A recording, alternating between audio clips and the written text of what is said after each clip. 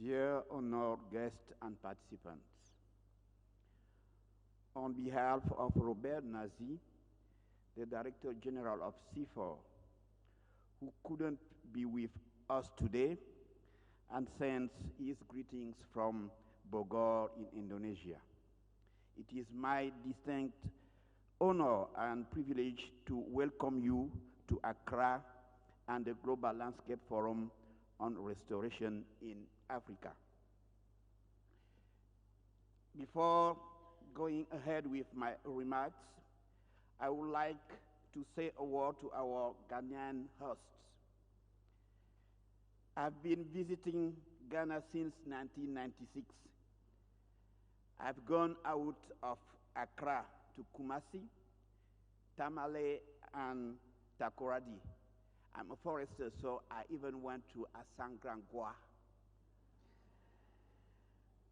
I would like to say that I'm impressed by the progress made by this country during the last 20 years in terms of socio-economic development, institutional changes, infrastructure, and human development at large. The progress made by Ghana gives hopes to the whole continent of Africa. Congratulations to the Ghanaian people.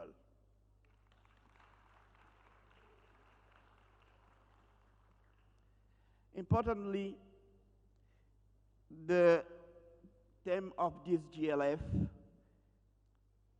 reflected by the event title, which is Restoring Africa Landscape, Catalyzing Action from Above and Below.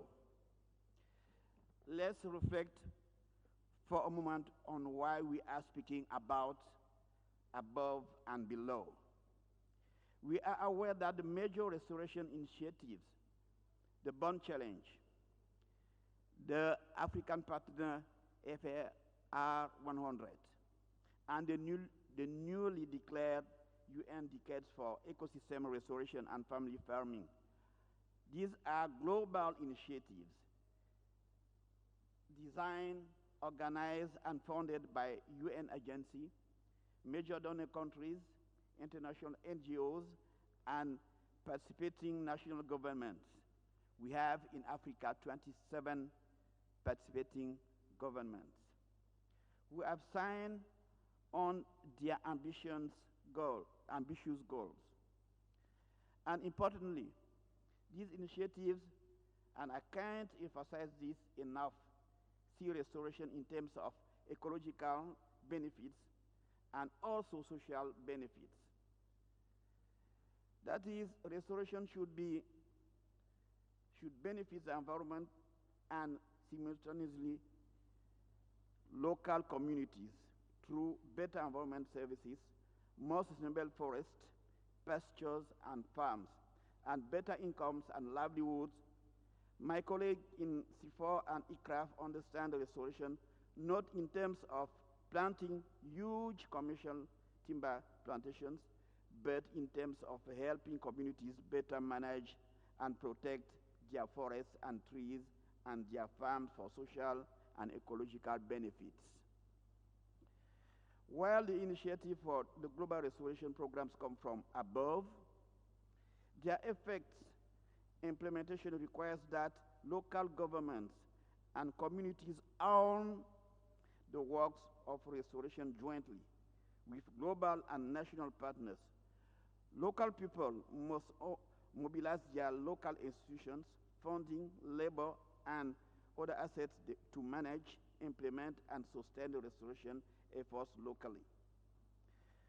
For restoration from above and below, we work well, both parties, those funders and implementing agency above, and communities and farmers,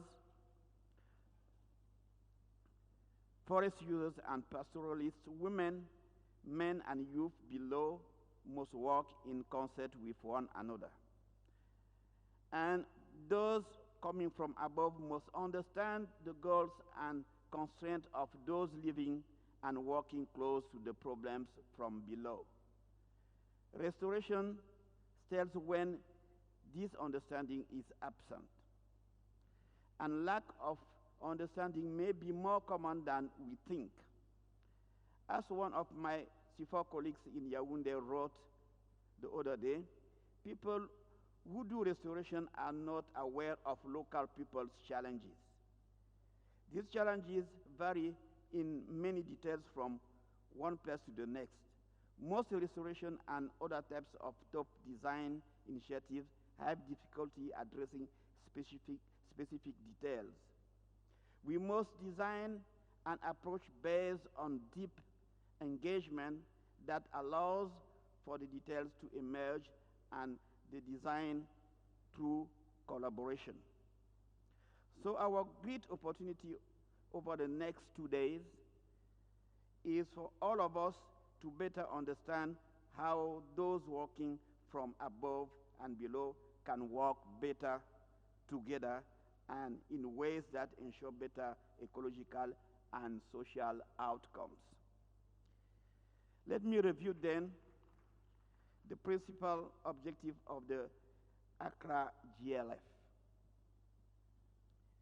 These objectives are: first, consult with countries and key stakeholders on progress towards achieving the Bond Challenge, the New York Declaration on Forest, and FR 100 restoration goals. Second, future successful community-led restoration initiatives and the policies, incentives, and partnerships contributing to their success. Third, consider forest landscape restoration initiatives successfully linking ecology, the right of men, women, and youth, and community land management practices for insights on forestry, agroforestry, and agricultural initiatives that generate strong social and ecological co-benefits. Fourth, future effective approaches to promoting tenure security, improving market incentive and access to supply chains for sustainably produced cocoa, coffee, shea, and other products, and delivering technical assistance and access to market and finance. And fifth, coordinate and increase international, national, and private support to forest landscape restoration. I wish that we have spirited and candid discussions over the coming 2 days, and that we come away with new ideas on how to ensure successful pursuit of our global and local restoration goals. For that, I thank you all.